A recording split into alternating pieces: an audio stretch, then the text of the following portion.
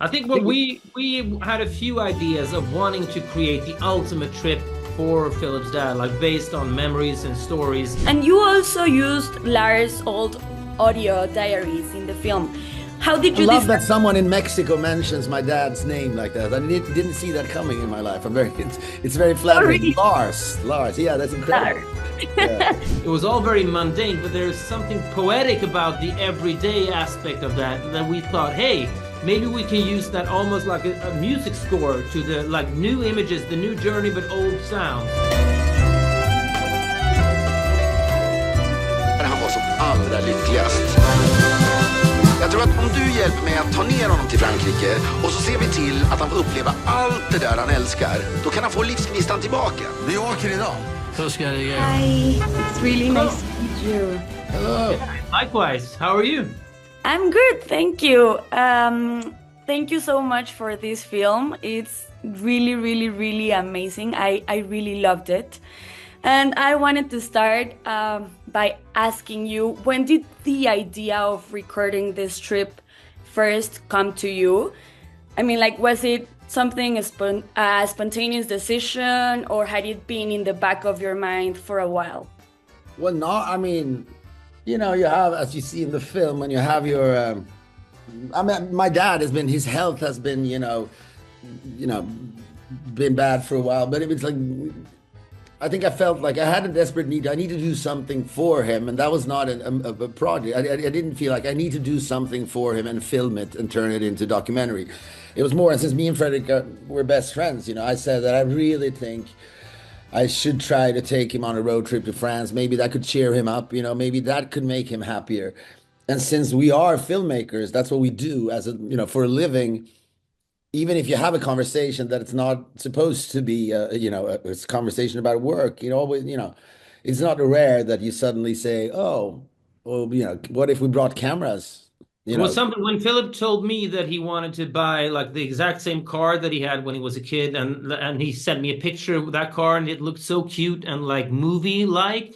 We started talking about, can we film this without getting in the way of the experience? And maybe there is something universal about the fear of a parent growing older or grandparent or whatever. So that's always the question you ask yourself, is this something? And we felt that it was, and let's take a chance. Yeah, absolutely. So you've shared countless projects over the years.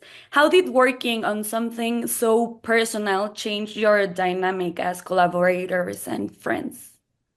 I think we have been working together for so long, and we're usually quite transparent with who we are in these projects, whether it's, movies or if it's TV series, whatever.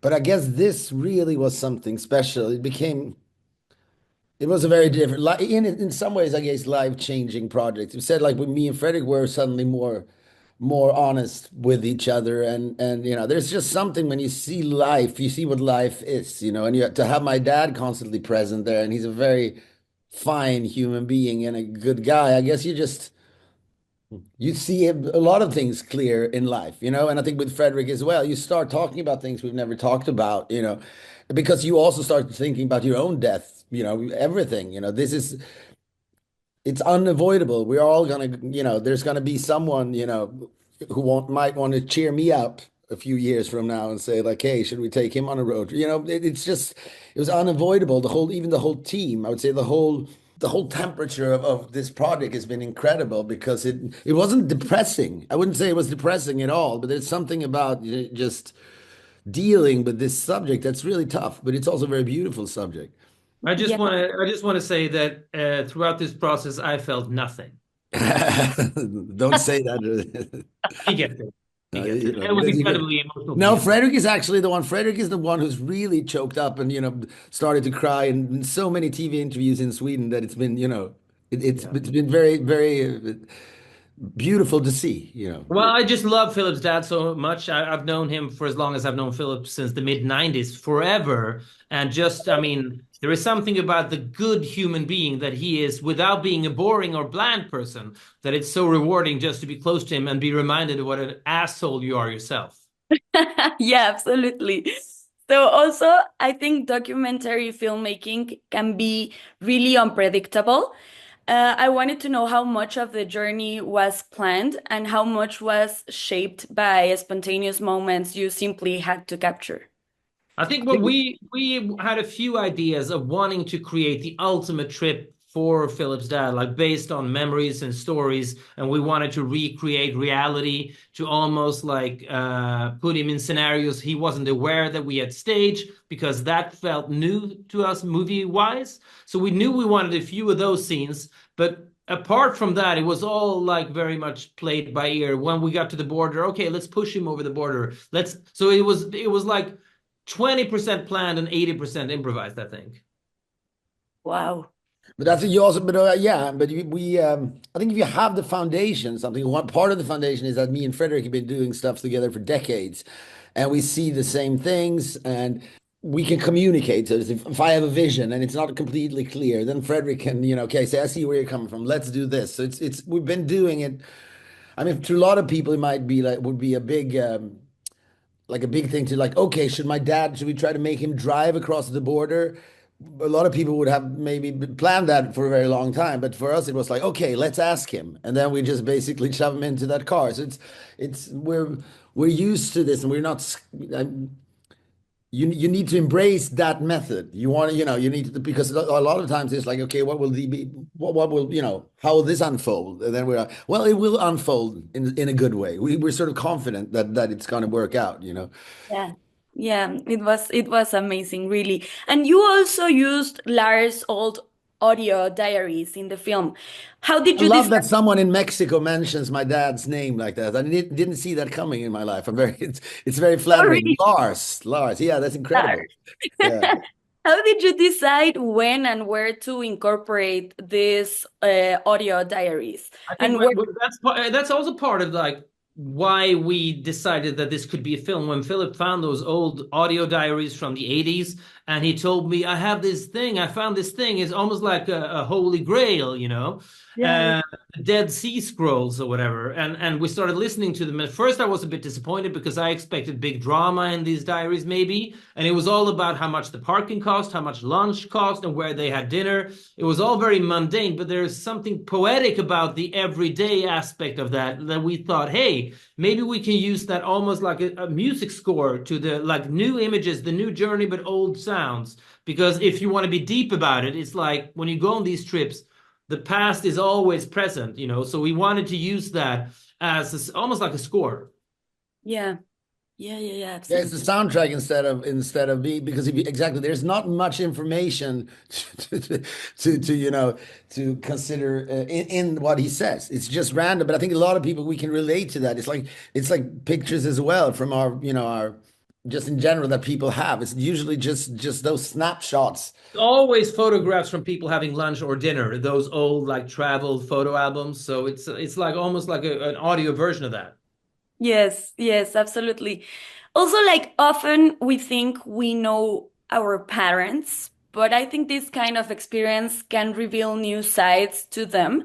I wanted to ask you what surprised you the most about Lars during this journey, and did you see a side of him that you hadn't expected or?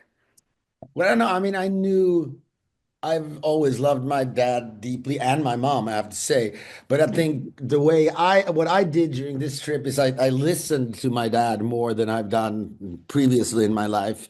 As he might, I don't know how I come off in the film, but I'm not the best listener there is. And I'm off, have that attention span issue. Sometimes I just move on in life and I say something and then I don't really listen. It's not the best feature a person can have.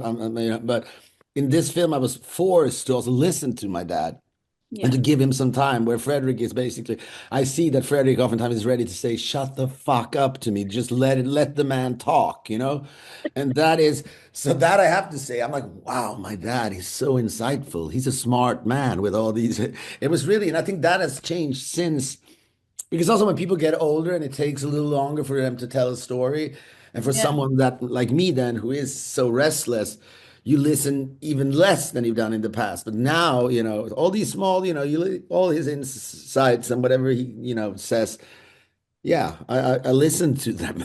And I think that was it was life changing, at least my relationship with him. Yeah, I can imagine. So for my last question, I just wanted to know if Lars has watched the film, and if so, what was it like for him to see his own story reflected on screen? Funny, because I asked Philip one week before the premiere. I asked Philip, "So you have shown the film to your parents, right? Because it's going to premiere in a week." And I can hear when Philip is formulating a lie because he doesn't really speak. It's more like a word salad. So he starts mumbling. Well, you know, I tried to show the film, but my mom kept talking, so I had to abort the whole thing. And I didn't believe a word of that. So I called them because they live in Sweden as I do. And I said, "Has Philip tried to show the film to you?" "No, we're super curious. Get her immediately." And I took my laptop, went to their town, and I showed the film to them. And I was very nervous, of course, because you want them to like it and feel that it's a true depiction of their lives. But it was very gratifying that Lars watched it for 90 minutes and then he turned to me and says, "This movie has class." I think he was a little surprised by the music and the bigness of everything, but he loved it. Yeah. It's been an interesting journey for him because when we filmed him, I think he thought like, oh, this is a little film, you know, we didn't expect this to become, you know, it's become the biggest documentary of all time in Scandinavia, you know, in Sweden. And we were even invited to the royal family, you know, him sitting, having dinner with, you know, the crown princess of Sweden, you know, talking to him as he says he's a superstar, you know, in Sweden now. So it's he didn't expect that. Yes, But he and he deserves will it. be in the whole world, you know, like Yeah, well, I mean, in we're so Mexico. flattered that it's gonna be that it's gonna open in Mexico and that it resonates. I'm very, very happy for that. It's just mind blowing. I hope to be able to come down to Mexico. I want to just stand outside a movie theater where I see the title of the film and the poster and realized, hey, I'm in Mexico City. I'm in LA, so it's not that far away. You know, I'm gonna do it. Yeah, yeah, you should. You are welcome anytime. Yeah, well, I'll hit you up. Perfect. Thank you Yeah. so much for your Thank time. you. Thank you so And much for your time. congratulations. Thank you so Thank much. you. Take care. Nu Lars, vilket äventyr! Ja, den sista resan.